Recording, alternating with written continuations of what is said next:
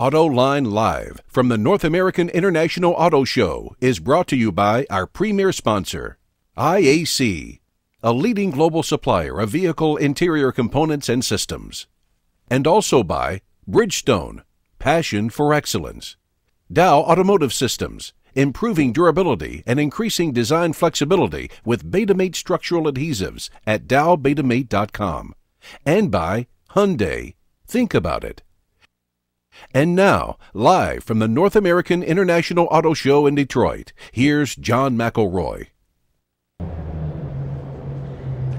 Hello everybody, and thanks for joining us here live from the floor of the Detroit Auto Show. We've got a tremendous amount of information to talk to you about. First thing though, we've got to thank some of the other folks who have embedded this show on their websites. Shout out to autoblog.com, cardesignfetish.com, drivenmavens.com, and here's one, bear with me a little bit because this is from the Netherlands, and I know I'm going to butcher the pronunciation of it, but it's nieuwautokopen.nl. Translation, that means new car buying NL, but I think it's so cool that the Netherlands has taken this show as well. Rumblestrip.net, wardsauto.com, and webridestv.com. And of course, we have to thank our folks in the chat room that's helping to monitor that today. Miradart, Christian Conover, and Sean Lowe. Thanks you guys for monitoring all that today. Let me just run down some of the guests that we got coming up on this show. Adrian Hallmark from Jaguar, Jim Kansiskas from IAC North America, Scott Strong from Ford Design, Stefan Jacoby, the president and CEO of Volvo, Tom Dahl from Subaru of America, Olivier Francois, the head of the Chrysler Brand, Baron Mead, who helps run this auto show, Oliver Friedman, the head of product management for Mini, and Bob Carter from Toyota. But to kick off the show right now, we've got Jim Hall from 2953 Analytics. Great having you here, Jim. Good to be here, John. So, what do we think about this show?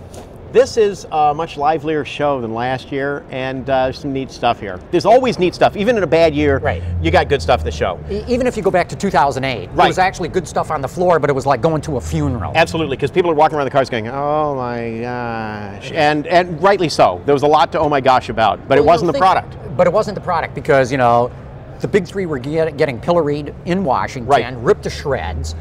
We knew that GM and Chrysler were headed for bad times. Absolutely. And there was a big question mark about Ford. How was Ford going to do it? Because on math, it was like, this can't work. This home equity loan was never going to pan out. Right, so that's 2008. 2009, yeah. It's like, okay, everybody thought, okay, we got through that, but they were still like shell-shocked. Yeah, what's going to happen? Because there was so much uncertainty about the future for the industry and for things that dealt with legislation, for example, that have since been resolved and sometimes with a degree of terror. But anyway, this year, man, what a difference in the whole attitude of everybody here. Yep. And this super compression of having a bunch of press conferences in one day, I mean... Well, explain that. Okay. Explain that so for people who don't know. The first thing here this morning was 6:30 in the morning. Yes. And the last thing, I mean, you've got Chevy later in the day. I think Chevy is 5:30 or 6. 6:30? Is it 6:30 for Chevy? 6:40, I think is me. Anyway, 12 hours of car rollouts. Non-stop, back-to-back press conferences. I'm missing something incredibly important now. Yeah, right. I have no idea what it is, but it's incredibly important. No, that's what I've said. If you stop and sneeze, you miss something. Yeah, exactly. And there's a lot of stuff here. It's interesting that some brands that have used this for a launch, they're out of cadence right now, which is going to happen anyway. And there's nothing brand new, but I mean, Toyota, for example, you know, the second Prius, which is not an insignificant vehicle. And also over here is a new facelifted Corolla, which not a lot of people expected. So there's stuff here. General Motors has taken the wraps off of basically the Buick small car, which is the Opel Astra for the US market and the Chinese market. Verano, what's in a name? You know, there are no bad names for a good car, but it looks like it's going to be a very, very nice vehicle. Mm-hmm. Ford has a fair amount of stuff too, because this is the real public display for the Focus, which is a big deal for them. Did you see the Focus battery electric? I did. They've tweaked the design of it a little bit, so it's a little more distinctive in the front, which they needed to do. That's right. And then Chrysler has a lot of stuff because it's everything. Yeah, exactly. All the new stuff is some 16 models or whatever the number is. Yeah, and some of them more thorough in how they've been redone than others. I still say, and I've had a lot of people that will argue with me about this, the 300 is a really nice makeover because you see the car and you know it's a 300. but it is in every way more substantial, it's more refined, interior is very, very nice. I had seen a prototype a couple of years back, and I swear to God, the one that's on the floor here, the production version, is even tweaked from the prototype I saw 2 years ago. You saw it at the Dome Show. They had a No, okay. actually I saw it at Eyes on Design. Okay. A couple of years ago they had it out there. Because they had a Dome Show with a dark maroon car, and the car's been tweaked since then. And especially almost little tail fins on the back of it. Oh yeah, the surfacing was done, and they went through the lighting system and just sort of, I won't say made it more modern, but they've cleaned it up. The cars, I think the car's pretty impressive. I actually do. What else have we got here? Well, Audi's got the US debut of the A7, which is a striking car. Pictures don't do it justice. If you've seen it in photographs and you don't like it, wait till you see one in person. And the new A6, which is a significant car. Big aluminum in it. Mercedes has found out that you can save money by not clear coating cars. Oh, because of the flat There are paint. all these matte paint cars at Mercedes, and I understand some of them, but when you matte paint an S-Class long wheelbase, you know, it's like, okay. Actually, I saw one in LA, but it was an Audi that was a flat, but it was not black. Was it gray or white? It was a gray one. Yeah. And it actually didn't look half bad. The matte finishes can work. The problem I have with them is that shiny was always better. You know, when you see reflections, the irony is that some light metallics that are matte finish allow you to read the surfaces perfectly. And Right. it was You see the lines in the sheet metal better. There was a time when Giugiaro was doing all his concept cars in matte silver, and people don't remember it, but it was a great way to read surface. But generally, I mean, it's a darn good show. Yeah, no, it is a good show. At the Ford thing too, they showed off this Vertrek. Yes, which is 5-door hatch. Yeah. Well, it's a successor to the Escape, basically. The Ford Escape. Yeah, yeah. But what I'm thinking is this looks a lot like the Ford Kuga. Right. Modernized, you know, and updated, larger. and larger. Because the problem the Kuga has for the U.S. market, to be brutally frank, is it's a tad too small for the segment. Thinking of the segment as the Escape segment, basically RAV4, and of course CR-V and the Equinox. And the Equinox is the thing that was sort of, you know, putting the wrong stuff in the punch bowl, because it's bigger than the other products, but gets comparable fuel economy or better. And that's where I think the Vertrek may have a problem, because it is on the tight side compared to the Equinox. But it's pretty striking looking. Okay, but Ford says one Ford, so there's not going to be a Kuga and an Escape. I mean, you know, we might have those two names, but it'll be one vehicle. Right. Well, this is bigger than the Kuga. This is derived from the C platform. The Kuga's off the B. But what I'm asking is, do you make this vehicle too big for Europe if you make it just right for the American market? Well, the interior volume and the storage space is about the same as an Escape. Right. So they're okay there. It's just that the segments had some larger vehicles fall into it, and Ford is going to use the one Ford philosophy. They should do fine with it.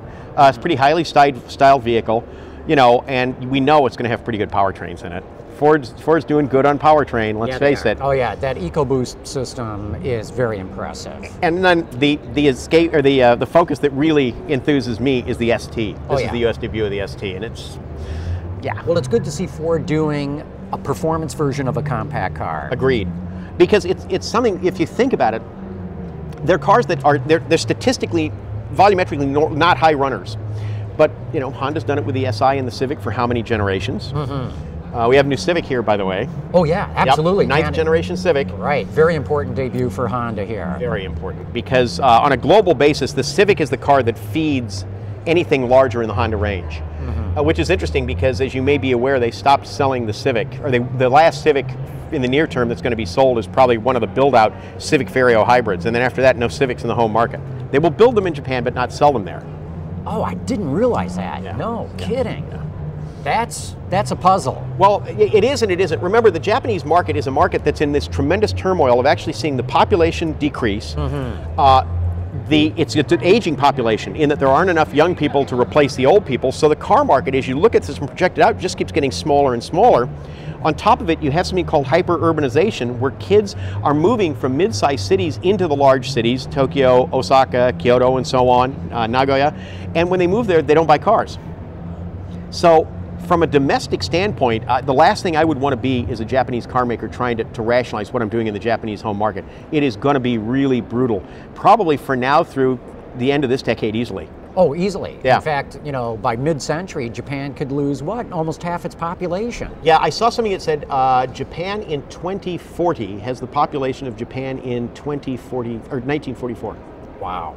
And that's not good. No. Not good at all. You know, it's why when you look at things like population trends, I'm going to go completely off the auto show for a minute, but it's interesting because you hear about India. This next decade, the decade we're in now, is going to be the decade where the growth in India is going to basically make China look like they've stopped. Because the Indian population is younger, because they don't have the one child in a household thing. The middle class in India right now is about 300 million people, or almost the population of the entire United States. So as they start to develop their infrastructure, the potential for growth in India is absolutely spectacular. And if you think about it, which of the domestics are big players in India? None, really. Ford. But Ford of them. Yeah. I say, the Indian market is still very small now. Absolutely. I'm totally with you. I think it's going to boom, but Ford is well positioned. They're way ahead of General Motors or Chrysler. Or anybody, just Toyota, about. You're right. Suzuki's the only one that's really well established. And that's through... joint venture. Yeah, it's not Mahindra. No. Yeah, it is Mahindra, I think. It is Mahindra, okay. Yeah, so you basically have a market over there that's amazing. And we see now on the floor, on the main floor, again, BYD, with only one vehicle on the stand that looks like it's federalized. I still keep scratching my head over that, you know. Well, you know, to me, and we've been reporting on this on Autoline Daily, BYD's a puzzle. I mean, they got all kinds of great publicity when Warren Buffett went in and bought all, you know, like 10% of the company or whatever it was. But you know, their sales went down, you know, in China. Yes. Hello? What do you mean sales went down? Yeah, the market's expanding and their sales are down. And remember, about a year and a half ago, they said that they would sell the first electric vehicle in the United States in November of 2010. Didn't happen. Well, it's January of 11, and there's no sign of BYD. No, and you know, one of the problems is that when you sell cars over here, there's the front door that everybody knows, bring cars in. Yeah. But then there's the back door, warranty administration, parts, vehicle distribution. It's a nightmare to do it. And a lot of Japanese or Chinese manufacturers have had somebody say, look, we want to be your importer. And I have yet to find one where the guy has background importing vehicles that understands its front door and back door, and they're only dealing with one half of it. It's why we've seen deals collapse, like the one with Geely. Hey, let's jump topics somewhat and go back to Volkswagen, which just pulled the wraps off the Passat. Up to now, they've been calling it what? NMS. The NMS, the new midsize sedan. Now we learn it's the Passat. What's your reaction to seeing the car? The car looks substantial. It really does. It's got that flavor of... It looks very familiar. It does. In fact, a lot of people will go, is that the new Passat or the new Jetta? Exactly. Or it has the sort of visual presence of more than a mid-size car. It looks, if you think about it, if you were to park it next to a Camry, it looks like it's probably going to come across as a little more upscale than a Camry. The problem is, if I want a mid-size car, and I start going down the list, okay, Camry, Malibu, Accord, Fusion, and then you find way down the list you've got Mazda 6, but where, pray tell, is Volkswagen? They're not in consideration for that, and that's a problem. So they have to commit to this vehicle for a long term with a big marketing commitment and a big product commitment, and it's going to take time and money. Car looks pretty good, though. Yeah, I've got to say. It does look pretty good. Let's see, Legislative Geek just sent in a question. I want to see what Caddy is up to. Do they have their Halo car here? No. Cadillac hasn't pulled any wraps off. Their press conference is later today. Yeah, and I think what they're going to be talking about is the race car for the Speed Challenge. Oh, yeah. Yeah, I think that's what they're going to talk about. Right. Because last year their car was the XTS as a concept. Next car in the pipeline is the XTS production car. It's coming in the next calendar year. But there's nothing brand new here from Cadillac. I don't think we're going to see an announcement. Because they have two cars coming out in the cadence. They have the XTS, which is the large front-rated sedan, and they have the Alpha-based car, which is their sort of 3 Series competitor. And that one is going to be multiple body styles, so they're going to get it right. But it's still a ways off. Yeah, and they should not show them until they're ready to put them in the showroom. Yeah, if showing a car like that too early is devastating to a sales position, so they're not going to do that. So right now, CAD's, it's got some good product out there, and they're going to be building off the product they have. Grofa wants to know, did they show the Hyundai Veloster yet? No, they haven't. Not yet. 2 p.m., I think. I think that's right. Yeah, and I wonder if Jim Dunn's going to be riding in the passenger seat of it. And let's see, somebody that says no name, anything from VW? Well, we just talked about the new Passat. And anything on the Golf R or the new Bug? No, they didn't show the Bug at all. Didn't show the Bug. So is that Chicago Auto Show that it'll come in? Personally, I think it's going to be New York, but I could be wrong. Okay. I think it's going to be New York. And it's, you know, we've seen it in spy photos. It's a lot less interpretive and a lot more literal off the real last Beetle. It's got a lot of character. It's going to work. And the Golf R they've talked a lot about, but I think that's what we may see in Chicago, is the Golf R. They'll talk about pricing. Because if memory serves, the last R32 they launched at Chicago. Crayon Braking wants to know, any Ford Mustang news for the show? Well, it's stuff that if you read the media or pay attention to things like Autoline, you know there's Boss 302 and Laguna Seca. And I do like the Laguna Seca, if you could just get it so it didn't look like such a circus wagon. Well, yeah, there's a lot of gewgaws hanging off that car, but we had that vehicle at Dream Cruise. at Dream Cruise Yep. webcast, right? Yep. So that, it was pretty cool. Oh, yeah. But it's a race car. It's a race car, and I see, that's the Mustang for me if I could get one in just solid white, no two-tones, no wings and spoilers. I like the splitter in the front, though. Yeah. But it is a very, very, let's face it, the new Mustang with 5 liter, it's a pretty impressive car, and the V6 is good too. And the V6 with over 300 horsepower, 31 miles per gallon highway, that's, who'd have thought we'd live to see something like that? To give equal time to the other 2 cars in the segment, they're showing the 392 cubic inch version of the Hemi in the Challenger SRT, which is pretty impressive. And they got a Camaro convertible here, production version. Okay, Tyler wants to know, what are our thoughts on the car and truck of the year? Car of the year, of course, if anybody missed it, Volt. Volt, and there's no way you can argue with it. I mean, Right. I understand that the Sonata, it's volumetrically going to be a more important car, but the whole concept of car of the year to me is a car that if you were to go back and look at it 20 years later, you would perfectly understand why it was selected. Mm-hmm. And with the Volt, there's no question as to why that would be that kind of car. Right. There's a lot of tech in it. Some of the tech will proliferate to other cars, and some of the things like the battery pack's going to end up in the GM plug-in hybrids that come out. It's going to happen. We've got some, Ford Explorer. We got to talk about truck of the year. Explorer, the interesting thing about the Explorer is the way they decided to pursue things like powertrains in it. And I really, the EcoBoost 4 is the one that's the most intriguing to me. Most intriguing, not out yet. Not out yet, and that's Right. the one that I'm really curious Yeah, about. I haven't driven that. I've driven the 2-liter EcoBoost in the Ford Edge. Yeah. And was knocked out at how Yeah. it performed. So it should do pretty Should good. do pretty well, because this is an Edge with a little bit more mass and a third row seat, and better off-road capability. Not that these things get taken off-road. Let's come on. Right. Land Rover Evoque 4-door. It's pretty stylish. You look at it, it's like, wow. Makes a statement. It does. Well, we're going to have to wrap up here, Jim. We've got another guest coming up here in just a moment, but thanks for stopping by and Pleasure, bringing us John. up to speed on so much of the stuff that's Lots here. of stuff, and of course, the 20,000 Leagues Under the Sea Scion XB that I still don't get. We'll have to try to get a shot of that up there, too. Thanks, John. But again, thanks much, Jim. Pleasure. Great.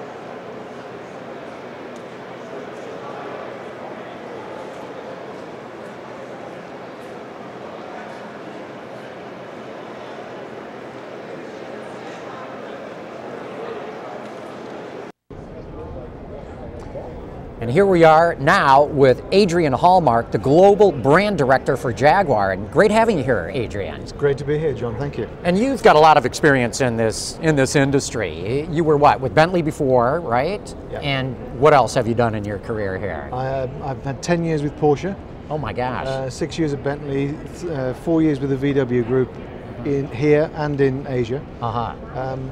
And I arrive here now fresh and ready to take on a new challenge after 5 weeks in the job. So You're brand new to Jaguar. yeah, I'm not brand new personally, but I'm brand new to Jaguar. Absolutely. So tell us, how did Jaguar end up for 2010 on a global basis? It was pretty good. I think we achieved just over 51,000 sales globally. Yeah, about 0.9% below previous year, which is disappointing in one way. But there are two factors to that. The first one being that the X-Type, the smaller Jaguar, was run out last year, so we didn't have any X-Type in the mix. So compared with previous year, we did pretty well to basically catch back to the same volume. Also the XJ, the brand new car that we launched in the middle of the year, was only available for 4 or 5 months in full sales terms. So we ran for a lot of the year with one model, well, XF plus the XK, which is the sports car. So we're very pleased. US was up 10%, UK was down 10%, mainly because of X-Type, but most other markets, 45% growth in China, 27% growth in Korea. We're doing okay. And what do you see for 2011? Well, we see growth, and 5 weeks into the job, I don't have the feel yet. We have our plan, but we'll definitely beat this year. I mean, all the signs in terms of order bank, order trends, sales rates, we're moving upwards. So we'll definitely beat this year's number. But I don't want to predict just yet exactly where that will be.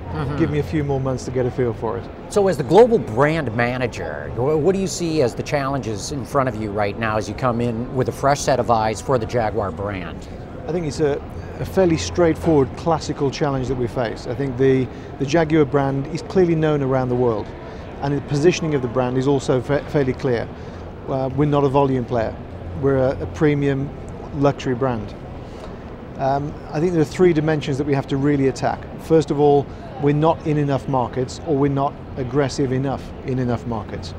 So there are places like China where we're selling a few thousand cars a year.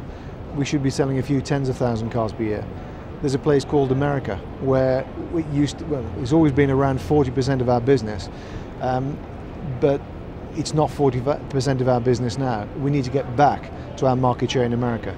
So I think both expanding our market coverage and getting more out of existing traditional markets, that's the first mission. Secondly, we miss some technologies. In the good old days, you didn't need four-wheel drive as a premium player. Now you do, and we don't have it in our core on-road vehicles. So clearly over the next year or so, we're aggressively trying to pull forward a program to get four-wheel drive. In which models? Well, at least in XF. I think XJ, it's a nice to have. XF, it's a must have. It's an entry standard now. So that's important. And then the third level, of course, the exciting part, and as Global Brand Director is one of my key responsibilities, is to build a product strategy for the future that gets us into the right segments with the right products so that we can grow through product investment as well. So it's just those 3 things, really. Oh, well, that's all you have to do, my gosh. Sure. But I've got to believe, too, it's not just a product or technology offensive. It's got to be on the retail end of the business and as well as the marketing and advertising. Absolutely, and that comes next. I think at one stage, Jaguar was a benchmark in dealer standards, corporate identity. Yes, it was. It had some of the highest customer satisfaction from a sales standpoint. Absolutely. And we're still #1 in sales JD Power, by the way. But we're no longer the benchmark that we used to be. We're good, but we're not good enough by our standards. Good isn't good enough. That's right. We've got to be the best. So I think the look and feel of our dealerships, the corporate identity, this is something we're definitely working on. The brand communication strategy, that's the exciting part as well. Through PR and through marketing, we're going to attack, and we're really going to bring some life and vibrancy back into the Jaguar brand, linked to these new product activities. So it's a very exciting time to join the company. I'm very proud as a Brit to be in this position. I've done this kind of thing before. Yes, you have. And I'm looking forward to doing it again better with all of the experience that I have behind me. What's the sense in Jaguar now being owned by Tata?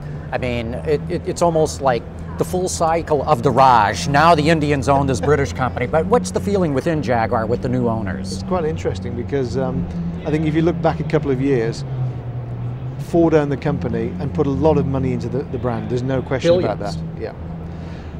So just like many of these buyouts, the question is, well, how can they make it work if they didn't?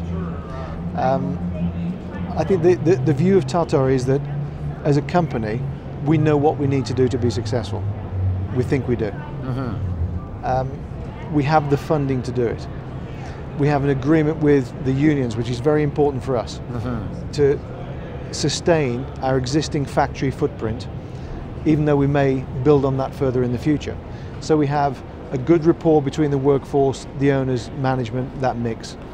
We have a clear investment strategy for the future, and that's what counts. You know, we're not going to share parts with Tata in the foreseeable future because the product ranges and the segments are so different. Completely. We can't share anything. No. But the freedom that they're giving us to really shape and develop this company is incredible. And that's a big responsibility that we have to pay back. So it is a big turn up for the books. Watch this space. We will watch the space. Jaguar has never gotten into the SUV segment or crossover segment. You know, the argument always being, well, that's what Land Rover's for.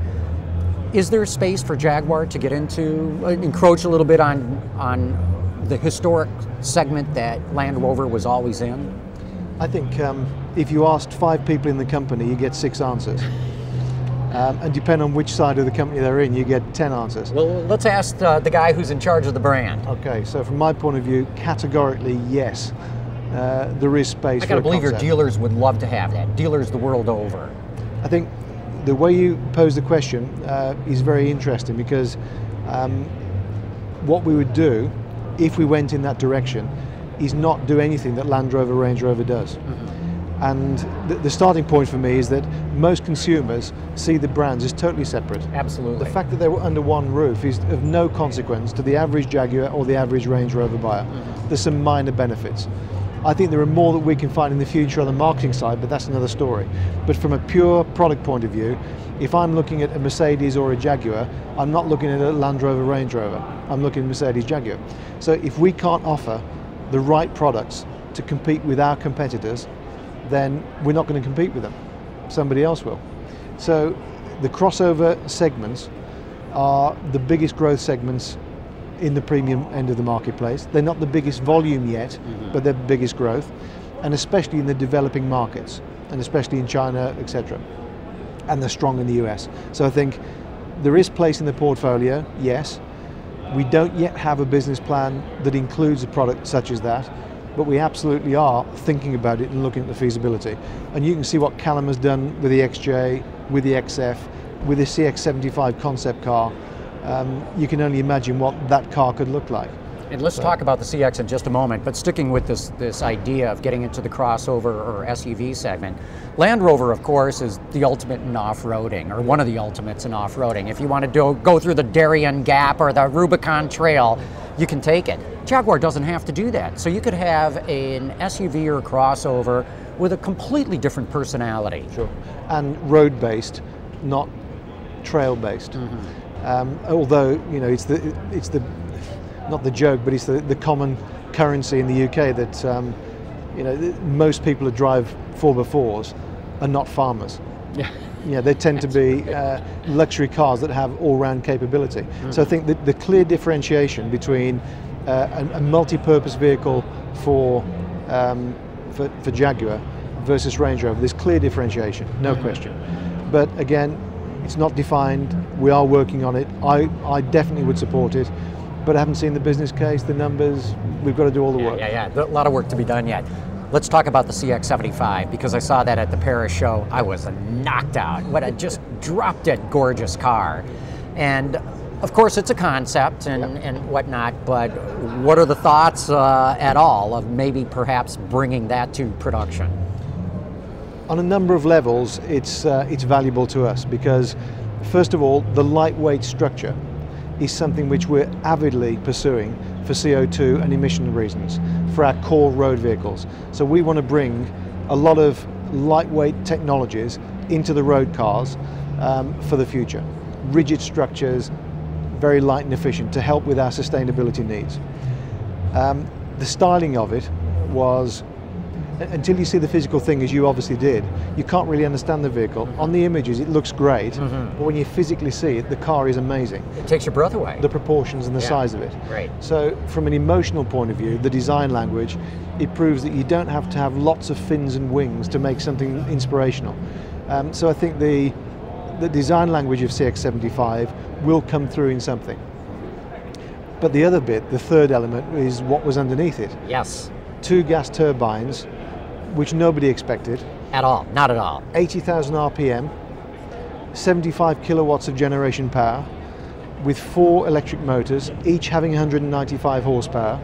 So 790-ish total horsepower for the vehicle, 3.4 seconds to 60, with an electronic drive system.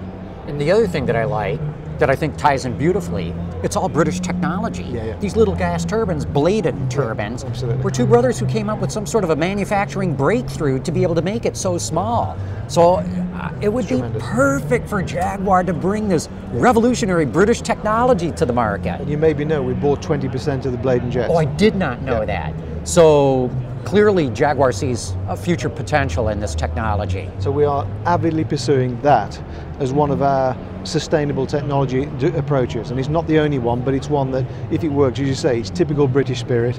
If anybody can make a jet work in a car, it's us. We've got some questions from some of our audience looking at right now. One was just about the CX-75. You just answered that one. Given the current lineup of large, heavier luxury sedans, what's Jaguar's plan to meet CAFE standards, fuel economy standards?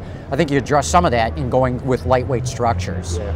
I think it's a combination of both the aluminium structures that we already have, but together with these hybrid powertrains, and not just the gas turbine route. That's one more exotic but feasible solution that we're working on, but we're also working on, let's say, more conventional hybrid technologies within the short run. And we see that as a key part of it. Stop-start technology is also something that we've got in the pipeline, and of course smaller cars too. Smaller cars too. Elaborate, please. Well, back to this conversation we had about X-Type, or I had, let's say. X-Type was a strategy to enter lower price segments with the Jaguar brand, with mixed responses. We sold a little cars. Too much generic Ford parts and bits in it all. In fact, in the end, I think the people that bought it loved the vehicle. Nice car. Good quality vehicle. Right. But the people that didn't buy it because it wasn't modern enough. It looked like a traditional Jaguar. And in that price segment, we need to be more contemporary in our approach. And look at XJ now, how avant-garde that is. So if you can imagine something that really brings Jaguar design values down into that segment, again, with great technology, lightweight structures, aluminium, etc., that's where we want to be. When do you think we might see something like that? Well, we are working on it, but a product normally takes about 4 years to build. Right. And we're right at the beginning of that process. So it's not going to be less than 4 years. Gotcha. Really. But you know, we have XF, XJ, more technologies coming, and this lower price segment is valuable to us. We do see a position for Jaguar there, but we want to get it right first time. So I'm going to spend my first 3 months deep diving in that pond to find out how we can do it properly. Well, that's terrific, Adrian. Thanks so much for stopping by and talking with us. Very exciting to hear what's going on at Jaguar. I love talking to you about it. My pleasure. It's a historic brand. We only want to see it do better. Me too, and thank you very much for the opportunity. Thanks so much, Adrian. Really appreciate it. Enjoy the show. Thank you. And we're going to take a quick commercial break here, and we'll be back with another interview in just a moment.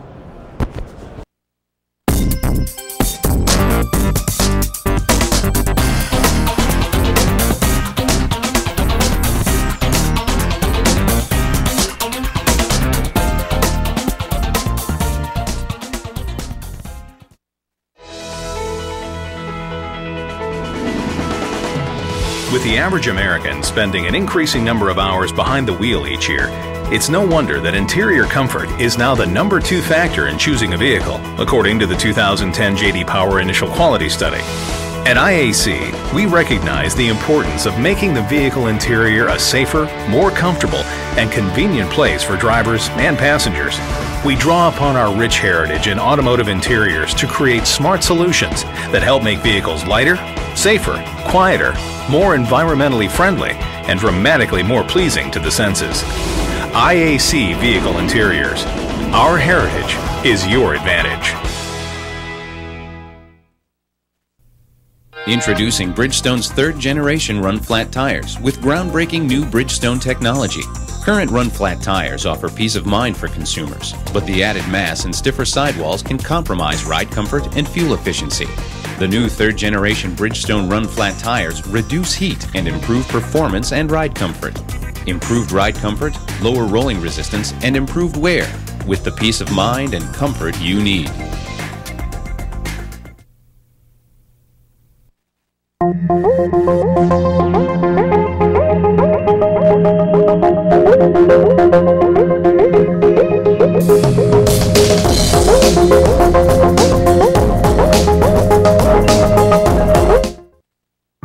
The 2011 Hyundai Sonata has been named one of Car and Driver's 2011 10 Best Cars. Motor Trend declared, "What's not to love?" and Automobile Magazine added it to their annual All-Stars list. But one of our favorite accolades is this: the 2011 Sonata. What else is there to say?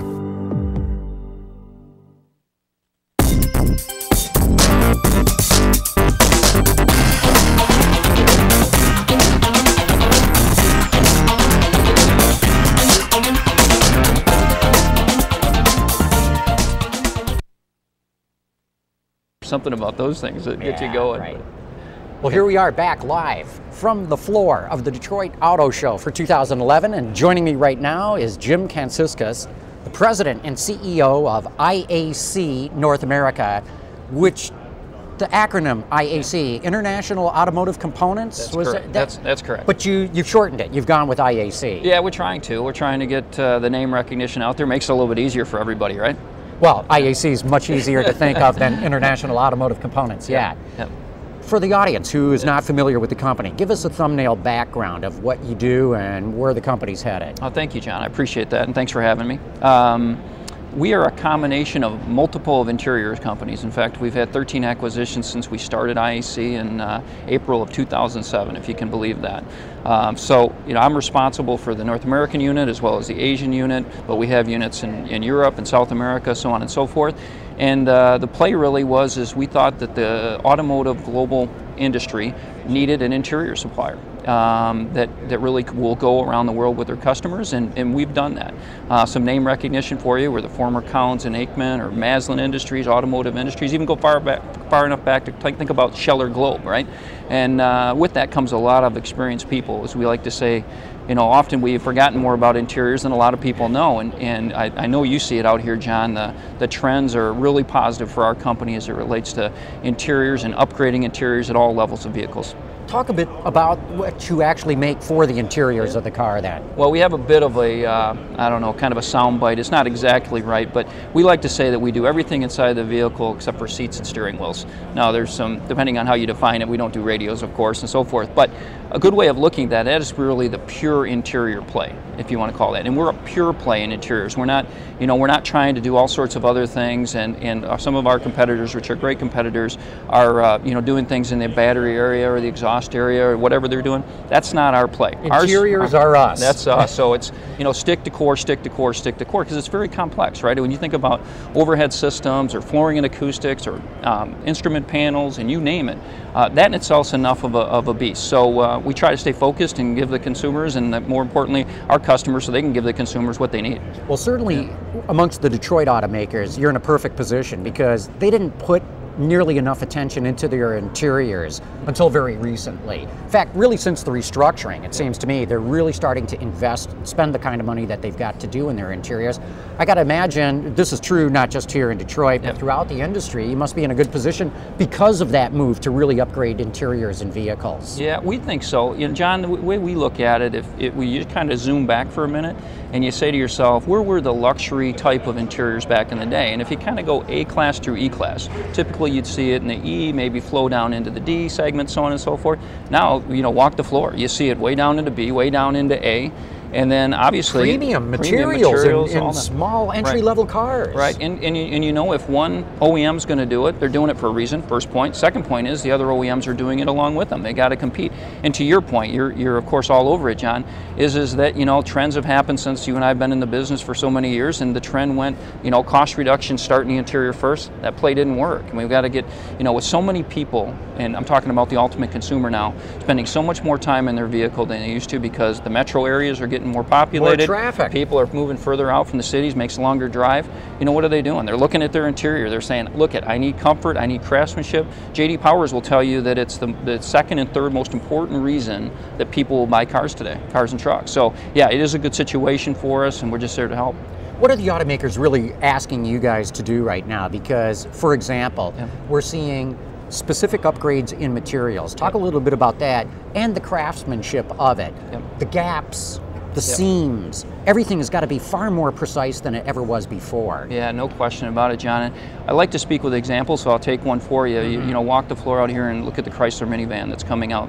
You know, Chrysler, I mean, talk about walking the talk. You know, Mr. Marchione comes out, he says, we got to do something on this interior. He says, we're going to go do them all. So he did do them all. And in our case, and take the minivan as an example, we have basically the complete interior. Go look at the former instrument panel, right? A lot of individual parts, pieces, a lot of breakups, so on and so forth. A lot of breakups do the simple math. You're going to have gaps and so on and so forth, right? In our case, we worked with them. We actually designed the IP with them, and we basically take it to a lot of one-piece type of structure.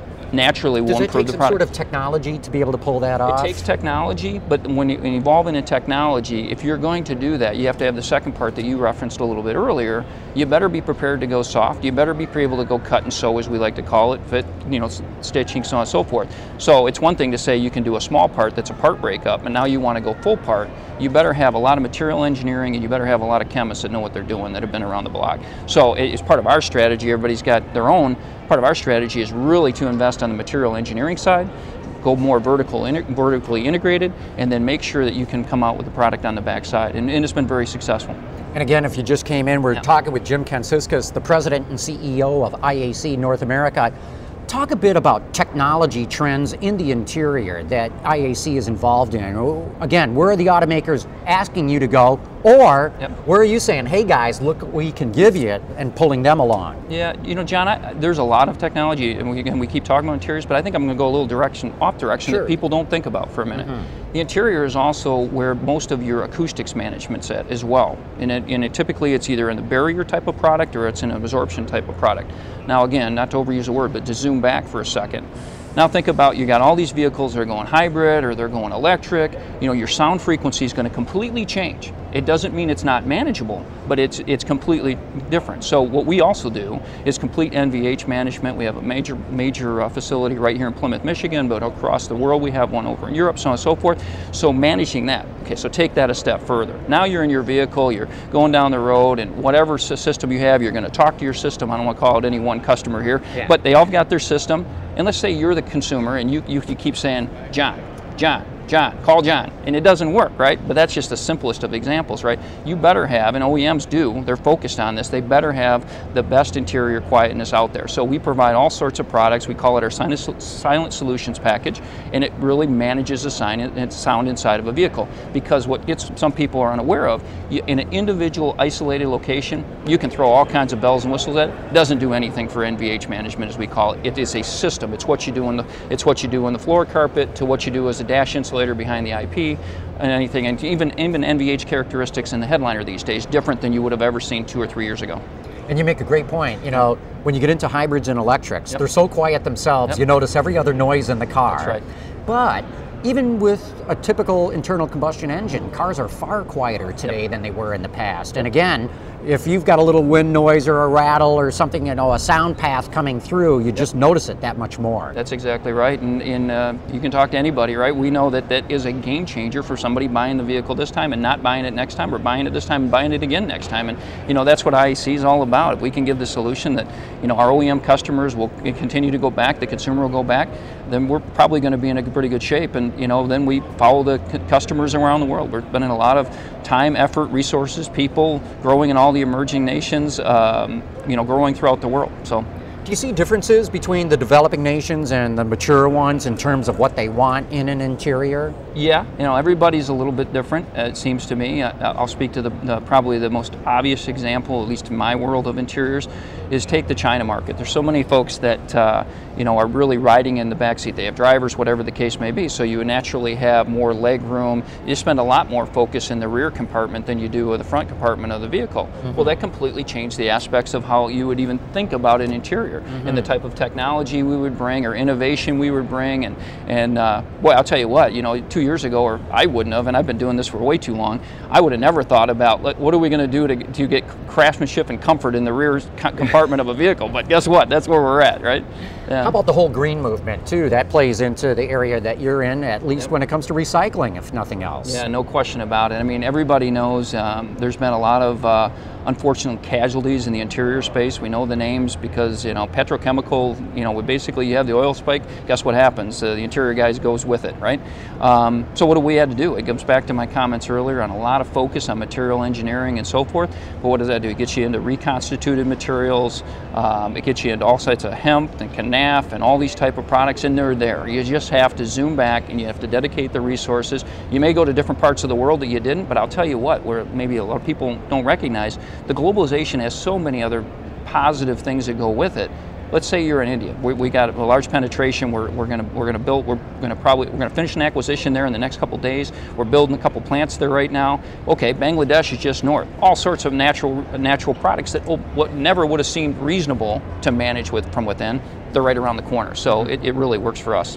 So for all our viewers who are looking right now, talk a little bit about what we might see coming in interiors. And you don't have to give away, you know, specific programs or customers or all that, but directionally, what do you think that we'll start seeing in, let's say, the next 5 years or within this decade? I think you're just going to see what you're seeing today. I really do. You're seeing it, you know, you're not completely saturated at the A level, B level, C level type of things. You're going to continue to see where leather is only on E today, it'll be on A tomorrow. I mean, those type of things. You're going to continue to see that. You're going to expect that, you know, really weight's a big issue for it, John. It's one thing to say you can do this. Anybody can throw the kitchen sink at things, but how can you do it? Because interiors is, let me kind of make a provide a data point for you. At least from the statistics I know, the second largest contributor to weight in a vehicle is actually resin-based composites. Is that right? It really is. So, okay, now interiors, what is it? A lot of resin-based, but we also do exteriors because that's really our business model. It's more tied into resin-based components versus trying to be, you know, everything in the grocery store. So, okay, so if that's where it's going, and we manage that, you got to take weight out, because if you can take weight out, statistics, right? I think it's for the fuel consumption that's in a car, 75% of it comes back to weight, right? Mm-hmm. So if we can find a way through all of our different products or something to help on taking out, let's say, 6 to 8% improvement in weight, you're going to make a massive improvement as it relates to fuel efficiency. So don't think for a second, not you, but in general, people shouldn't think for a second that the interiors guy can't make a major impact on fuel efficiency, and we know how important that is. Yeah.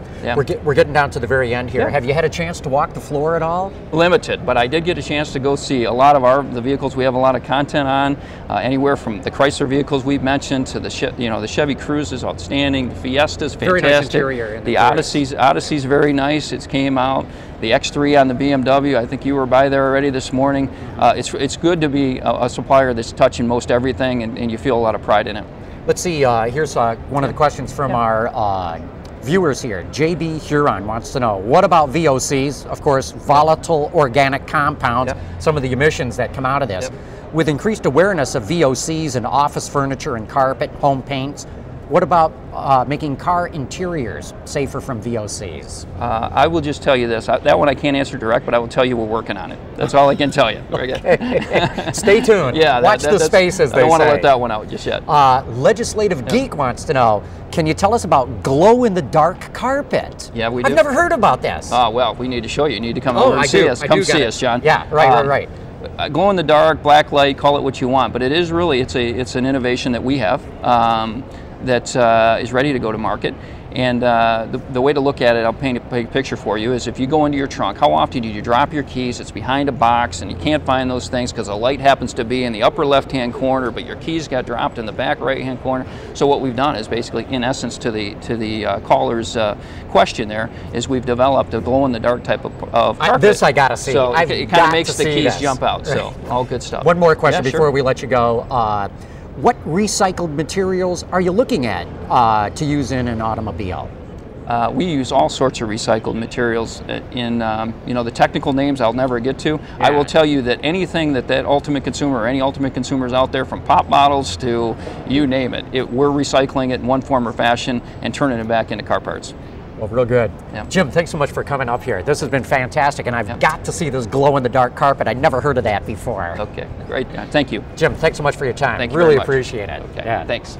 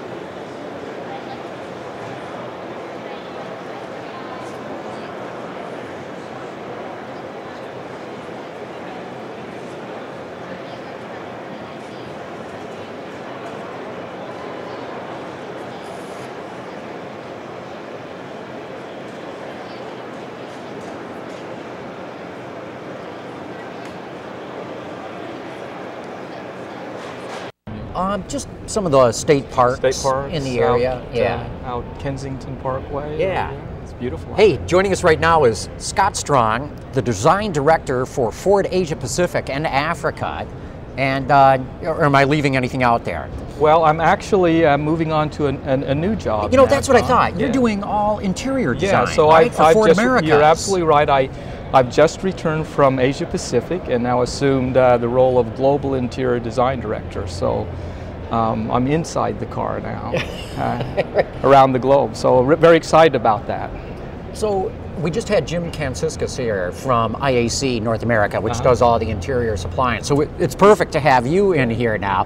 Perfect. Now we'll see the comparison and contrast between your thinking, but overall, directionally, where do you want to take Ford Interiors? Well, as you know, we've been on a journey at Ford of making sure the outsides of the cars express the terrific vehicle dynamics and attributes that we engineer into them, and my job is to make sure that we now change the focus or increase the focus inside the car. So whereas I was on the sort of fall in love part of the car, I'm now in what I call the stay in love part of the car. That's a great point. You fall in love looking at the car, you stay in love if the inside is absolutely. And if you don't get that right, you know what happens. People can quickly be disenchanted with what they've purchased. I've seen a real change here, and I think everybody has, particularly amongst the Detroit automakers, finally getting back to doing the right kind of interiors that they should have been doing all along. Is it just a focus, a commitment from the company? Is it just spending more money? What does it take to get this right? Well, I think it has a lot to do with focus. I mean, let's face it, in many respects, we're reaching parity in so many ways in the automotive industry.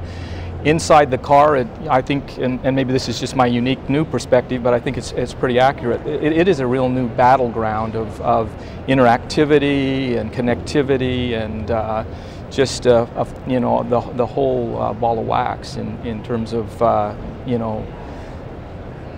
as I say, that new battleground in the eyes of customers. Specifically, what are you working on in terms of working with suppliers to pull this off? Because it seems to me that both on the OE side and the supplier side, there's been a need to really get into specifics of how do you get super small gaps? How do you get the right kind of stitching and seams that you like and make sure everything looks the way the designers want it to look? I guess in the simplest terms, you just develop a institutional objective to do just that, which hasn't been historically always the case.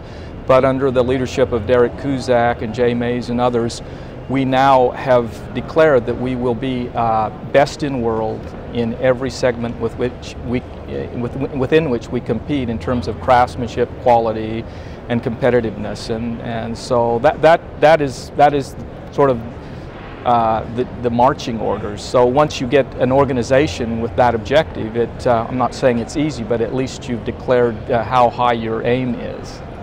So what do you want to do with these interiors? I got to imagine materials with a nice soft touch to them, or a hand that's very nice to the touch in materials.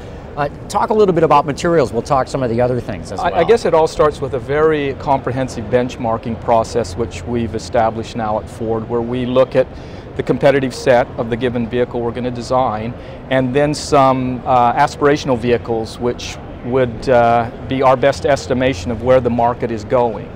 So we might pick a premium German car like an Audi, the competitive set that sits just under that car in terms of price point, and we look at every piece and part of the interior to determine what we've got to do to actually win the game. Mm-hmm. And then we begin a process of going after it. And as you said, it has to do with margins and flushness and craftsmanship and material choice and what gets to be soft and what's not soft, and where we put the soft things where they need to be, and so forth and so on. So it begins with a very analytical approach, and then we stir it together artfully, we hope. And then visually, what are you shooting for with the Ford brand? Well, it's I guess you could best describe, we talk about kinetic design, this idea of energy and motion, and as I said, we want the cars to reflect in the eyes of the customers what they value, and with a big brand like Ford, that's quite a spectrum. If you think of going from B cars all the way up to F-Series trucks, and all around the world too. And all if you're around the going world. to do one Ford, one would think that you want. It certainly is not a just sort of a cookie cutter or rubber stamp recipe. We like to internally talk about fun to drive, but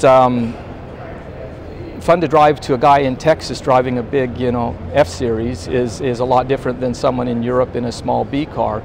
And so it really comes down to understanding the customer, I think, and really getting inside their head and understanding what they regard as fun to drive, and then developing form language and surfaces and architecture and so forth that they respond to. And I think you see that in the product range. If we look at our new little Fiesta, it's a cheeky little dynamic thing that has a certain fashion sense to it, and it's targeted at people that would appreciate that. And on the other side of the spectrum, the F-Series truck, looks the part as well, but in a different way.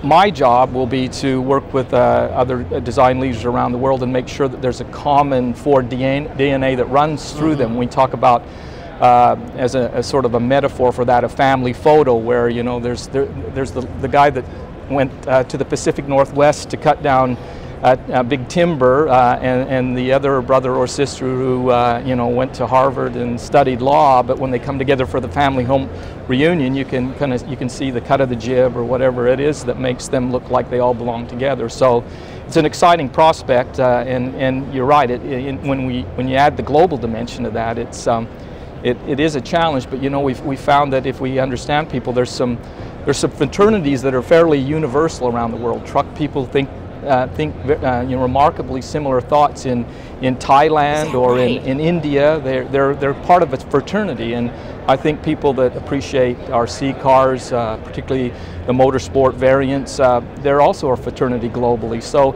there's some commonalities. It's turning out not to be as big a challenge as we thought it might have been. How interesting. Take us inside the design studio for a moment.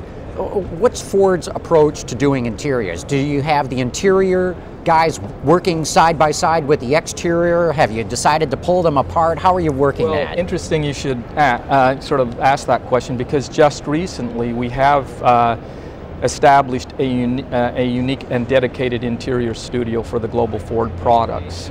And it's in part to signal to ourselves that we're going to put more focus on interiors and really begin that journey of lifting them from the very good interiors we have to the best in the world.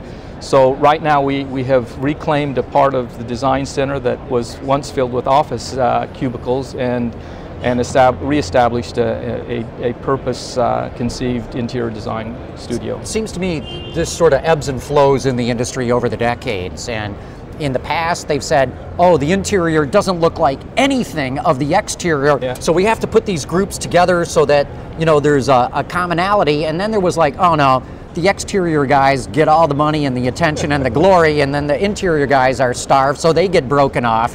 How do you maintain this balance of making sure the interior goes with the exterior styling? Well, you've certainly identified the perennial debate.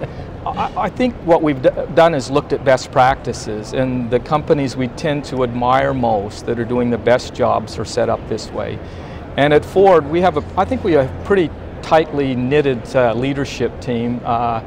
And it's only about 100 paces from where I sit over to the exterior side of the courtyard. So we're pretty confident that we can make sure that the interior fits inside that beautiful exterior. Ford's come under some criticism lately from Consumer Reports because of the My Ford Touch.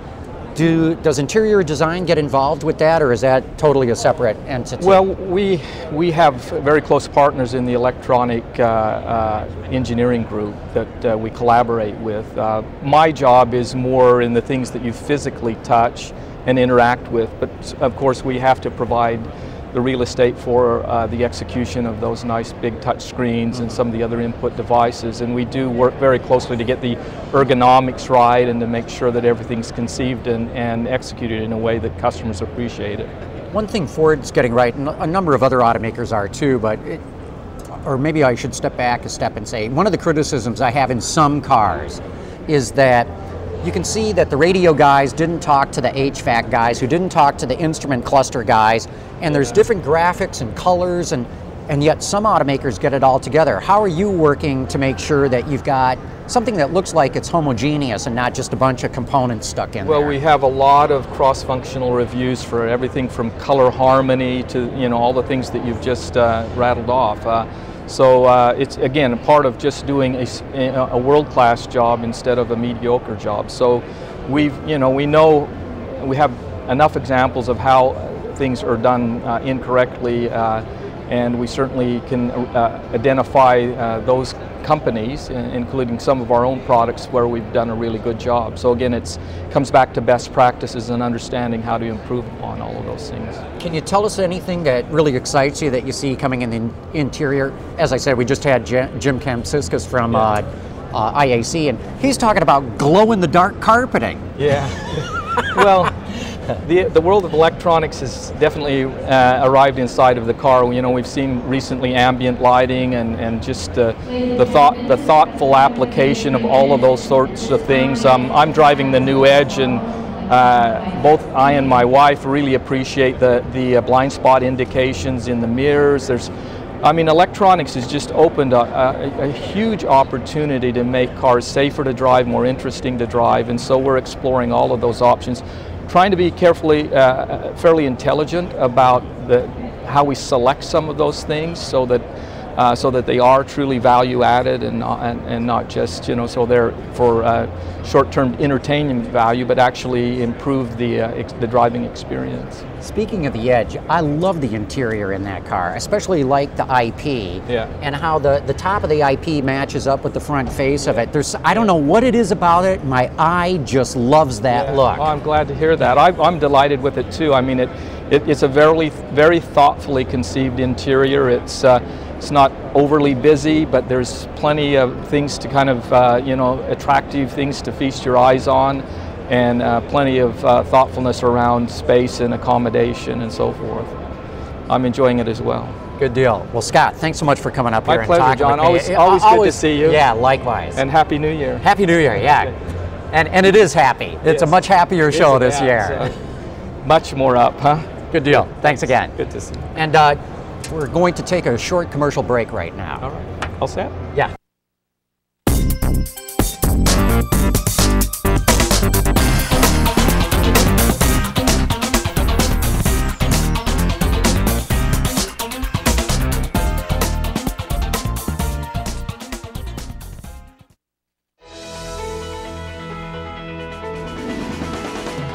With the average American spending an increasing number of hours behind the wheel each year, it's no wonder that interior comfort is now the #2 factor in choosing a vehicle, according to the 2010 J.D. Power Initial Quality Study.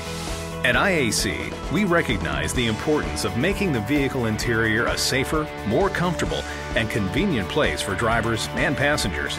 We draw upon our rich heritage in automotive interiors to create smart solutions that help make vehicles lighter, safer, quieter, more environmentally friendly, and dramatically more pleasing to the senses. IAC Vehicle Interiors. Our heritage is your advantage. Introducing Bridgestone's 3rd generation run-flat tires with groundbreaking new Bridgestone technology. Current run-flat tires offer peace of mind for consumers, but the added mass and stiffer sidewalls can compromise ride comfort and fuel efficiency. The new 3rd generation Bridgestone run-flat tires reduce heat and improve performance and ride comfort. Improved ride comfort, lower rolling resistance, and improved wear, with the peace of mind and comfort you need.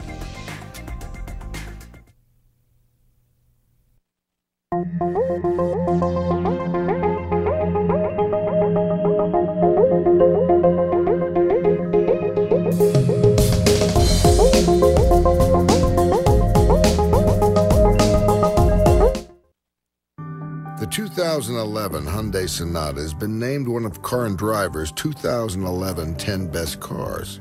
Motor Trend declared, "What's not to love?" And Automobile Magazine added it to their annual All-Stars list. But one of our favorite accolades is this. The 2011 Sonata. What else is there to say?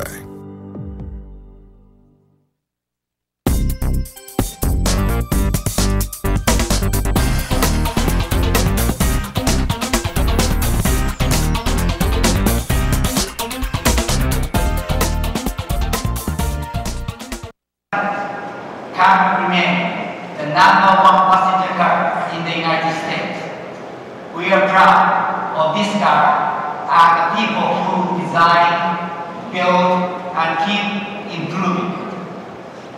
Can competes in NASCAR, and I recently drove the race car, getting it through the windows like our driver do on the track. Thankfully, our production coverage is much easier to get in and out. I realize that competing Great American Race Series such as NASCAR means becoming has been embraced here and is truly an American car. That made me very proud. We are also honored and humbled that Toyota was the #1 retail brand in the US last year, regaining the highest consideration among consumers. These achievements during a difficult year were made possible through the outstanding efforts of Toyota associates, dealers and suppliers, and the support of loyal customers all across America. I and everyone involved, we intend to continue to earn that customer loyalty with even greater dedication to quality, safety, and customer care.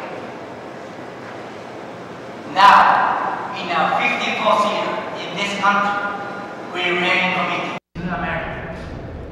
In fact, Welcome back live from the show of the North American International Auto Show. Joining me right now, Stefan Jacoby, the President and CEO of Volvo. Stefan, great to have you here with us. Thank you very much. It's a pleasure to be here.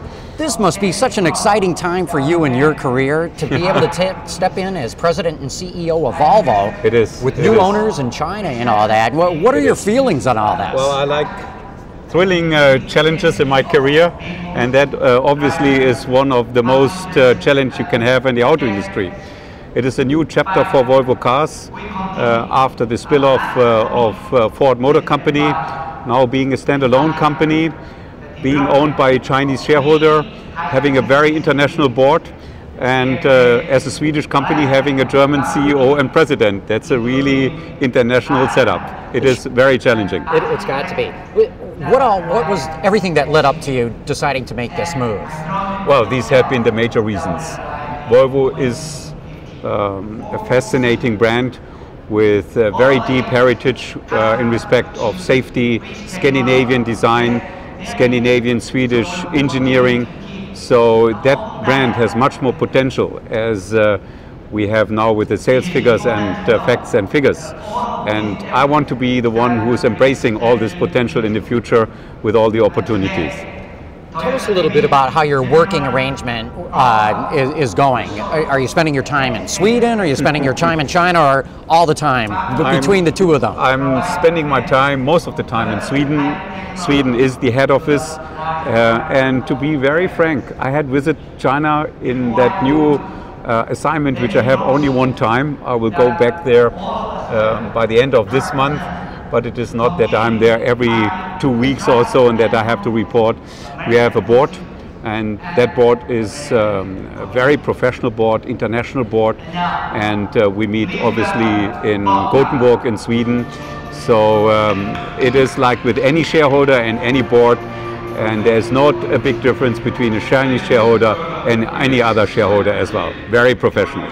This has got to be really a godsend for Volvo to be able to expand in the Chinese market, because while Volvo is a very well-known brand the world over, been around a long time, it's still fairly small volume from what's needed in today's market from an OE standpoint to be able to invest in new product and technology. I agree. We have sold last year 373,000 vehicles. It's a plus of 11% globally, so we are a rather small company, but we have big objectives and we have great opportunities. And we want to grow globally, not only in Europe, our core markets, but also in the very attractive markets here in North America, United States, and of course in China as well. What is going to be the key to doing that? Obviously, product is one aspect of it, but that's only one leg of the stool, or but maybe a very important one. Oh, the most critical one. We have a lot of opportunities now. Now we can write our own product strategy independently, and we can select what is really important for a premium brand like Volvo. We are still very close related to Ford Motor Companies. We have an ongoing, very good relationship, and we exchange components and parts and engines with Ford. But for the future, we are writing our own product strategy, and we are writing also our own corporate strategy and global strategy. Globally, where do you see Volvo's greatest opportunities, both from